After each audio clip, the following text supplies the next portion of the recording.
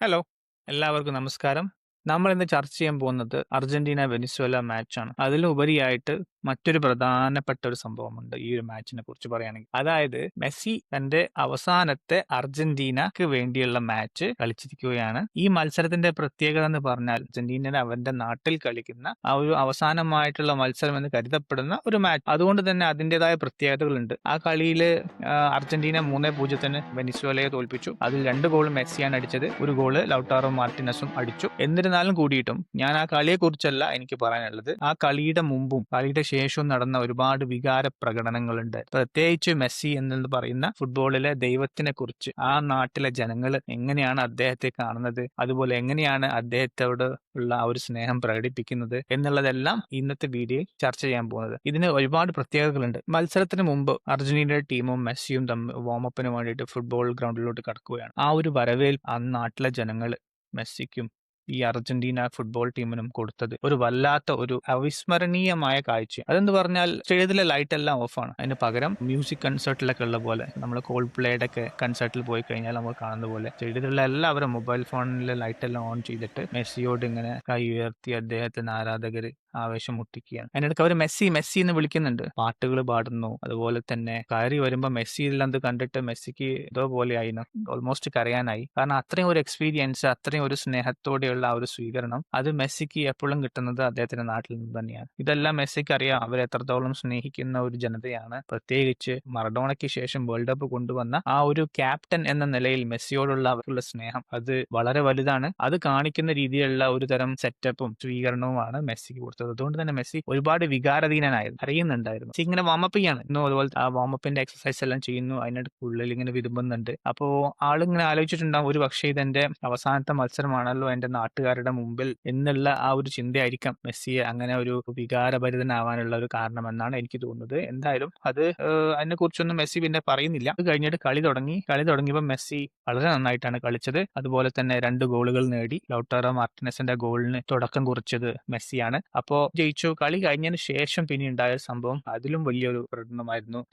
Team എല്ലാവരും നിൽക്കുന്നു, ഒരുമിച്ച് നിൽക്കുന്നു, കൈയടിക്കുന്നു, എല്ലാവരെയും അഭിവാദ്യങ്ങൾ ചെയ്യുന്നു. അതുപോലെ തന്നെ മെസ്സി 2 കൈയെല്ലാം ഉയർത്തിയിട്ട് അഭിവാദ്യങ്ങൾ ഇങ്ങനെ ചെയ്യുവാണ്. അപ്പൊ അങ്ങനെ എല്ലാം ചെയ്യുന്ന ഇടയിൽ അപ്പോഴും ഉണ്ട് ആൾക്കാർ ഓലെ ഓലെ മെസ്സി എന്നെല്ലാം പറഞ്ഞിട്ട് പാട്ട് പാടുന്നു. ഇതുപോലെ പിന്നെയും സ്റ്റേഡിയത്തിലെ ലൈറ്റ് എല്ലാം ഓഫ് ആവുന്നു, ക്യാമറകൾ ഉയർത്തുന്നു, ക്യാമറയിലെ ഫ്ലാഷ് കൊണ്ട് ഇങ്ങനെ അഭിവാദ്യ പ്രകടനങ്ങൾ കാണിക്കുന്നു. മെസ്സി ഓൾമോസ്റ്റ് കരയാനായി, പിന്നെയും മെസ്സി കരയാണ്. അവസാനം മെസ്സി വിതുമ്പി കൈയെല്ലാം ഉയർത്തിയിട്ട് കാണികളോട് ടാറ്റ ബൈ ബൈ എല്ലാം പറഞ്ഞിട്ടാണ് സ്റ്റേഡിയത്തിൽ നിന്ന് വിടുന്നത്. അത് കണ്ടപ്പോൾ എനിക്ക് ഉണ്ടായ ഒരു ചിന്ത എന്തായെന്ന് അറിയാം. 2020 വരെ മെസ്സിയെ ഇതേ ആരാധകർ ഒരുപാട് ദ്രോഹിച്ചിട്ടുണ്ട്, വേദനിപ്പിച്ചിട്ടുണ്ട്. അതായത് ഓൺലൈനിലായാലും ഓഫ്ലൈനിലായാലും ഒരുപാട് വേദനിപ്പിച്ചിട്ടുണ്ട്. ശാരീരികമായിട്ടും മാനസികമായിട്ടും വേദനിപ്പിച്ചിട്ടുണ്ട്. ഈ മെസ്സി വന്നപ്പോൾ ഒരിക്കൽ കുപ്പി കൊണ്ടെല്ലാം എറിഞ്ഞിട്ടുണ്ട്. അതുപോലെ തന്നെ അർജന്റീനയിലെ അല്ലെങ്കിൽ മാധ്യമ പ്രവർത്തകര്, വളരെ ഇൻഫ്ലുവൻഷ്യൽ ആയിട്ടുള്ള ആളുകള് എല്ലാവരും മെസ്സിക്ക് എതിരെ പറഞ്ഞിട്ട് ഈ മറഡോണയ്ക്ക് തുല്യമല്ല, മറഡോണ മാത്രമാണ് മറഡോണ, അദ്ദേഹത്തിന് മാത്രമേ വേൾഡ് കപ്പ് കൊണ്ടുവരാൻ പറ്റുള്ളൂ, മെസ്സി വെറും ഒരു ബാഴ്സലോണ താരം മാത്രമാണ്, അദ്ദേഹം ബാഴ്സലോണക്ക് വേണ്ടിയിട്ടാണ് കൂടുതൽ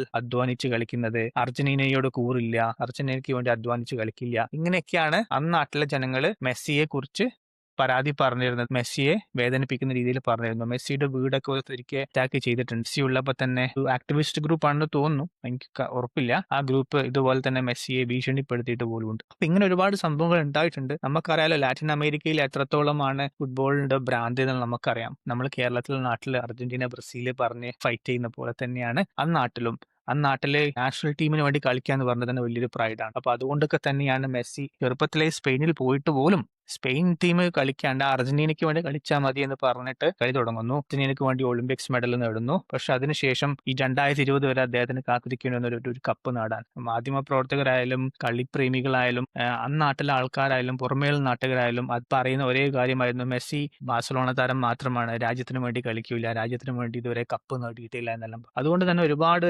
വേദനയും റെസ്പോൺസിബിലിറ്റിയും എല്ലാം ചുമലിലേറ്റിക്കൊണ്ടായിരുന്നു മെസ്സി എപ്പോഴും ആ ടീമിന് വേണ്ടി കളിച്ചിരുന്നത്. അദ്ദേഹം ഇൻഡിവിജ്വലായിട്ട് നന്നായി കളിച്ചു, എന്നാൽ കൂടിയിട്ട് ഒരു ടീം എന്ന നിലയിൽ ഒരു കപ്പ് നേടാനോ ഒരു മൈൽ സ്റ്റോൺ താണ്ടാനോ അങ്ങനെ ഒന്നും പറ്റിയിട്ടുണ്ടായിരുന്നില്ല. അങ്ങനെയാണ് 2020 വരുന്നത്. 2020 കൂടി മെസ്സിയുടെ തലവര മാറി. അന്ന് പോലും ഈ ജനങ്ങളുടെ ഒരു പരാതിയും പ്രതികരണവും ഡിസ്കറേജ്മെന്റും എല്ലാം കാരണം മെസ്സി ഒരിക്കൽ റിട്ടയർ ചെയ്തതാണ്. ആ റിട്ടയർമെന്റിന് ശേഷം ഫുട്ബോൾ ലോകം തന്നെ പറഞ്ഞിട്ട് തിരിച്ചു കൊണ്ടുവന്ന ആളാണ്. അങ്ങനെയാണ് അദ്ദേഹം അവസാനം 2020 വരെ കാത്തിരുന്ന് ഒരു കപ്പ് അടിക്കുന്നത്. ആ കപ്പിന് ശേഷം അദ്ദേഹം തിരിഞ്ഞു നോക്കിയിട്ടില്ല.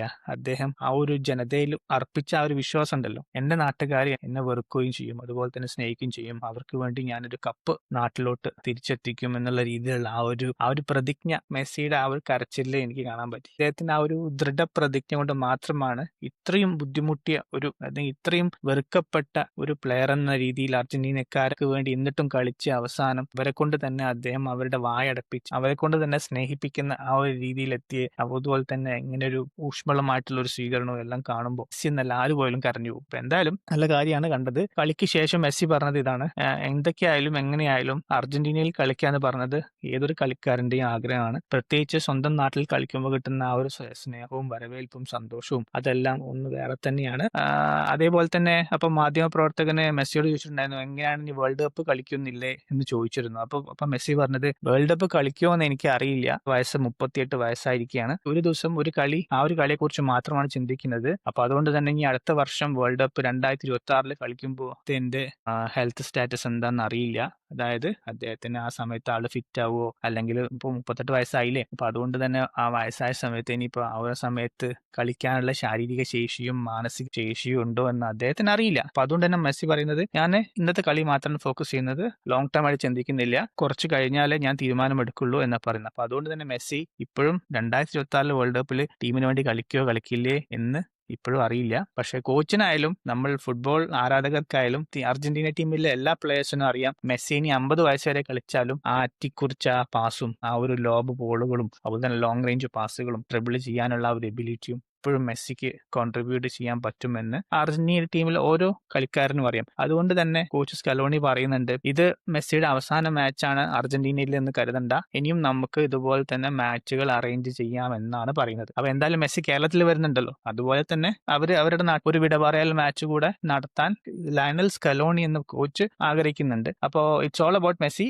ആ കൺട്രി മൊത്തമായിട്ട് തീരെഴുതിയിട്ട് മെസ്സിക്ക് കൊടുക്കും, അത്രയും സ്നേഹമാണ് മെസ്സിയോടുള്ളത്. കാരണം ഒരുപാട് വർഷത്തിന് ശേഷം വേൾഡ് കപ്പ് നാട്ടിലോട്ട് കൊണ്ടുവന്നത്, അതും മെസ്സിയുടെ ആ ഒരു ഹീറോയിക് ഗെയിം, ആ ഒരു കോൺട്രിബ്യൂഷൻ കൊണ്ട് മാത്രമാണ്. വളരെ നല്ല ഹൃദയത്തിൽ നിറഞ്ഞ വളരെ ഫീലിംഗ് ആയിട്ടുള്ള ഒരു മാച്ച് ആയിരുന്നു. അപ്പൊ എന്തായാലും നിങ്ങൾ കണ്ടിട്ടില്ലെങ്കിൽ അറ്റ്ലീസ്റ്റ് ഹൈലൈറ്റ് പോയി കാണുക. ഇനിയും കാത്തിരിക്കാം മെസ്സിയുടെ മാജിക്ക്. അതുപോലെ തന്നെ മെസ്സി 2026 വേൾഡ് കപ്പിൽ കളിക്കട്ടെ എന്നും നമുക്ക് പ്രാർത്ഥിക്കാം. അടുത്ത വീഡിയോ കാണുന്നവരെ ഗുഡ് ബൈ.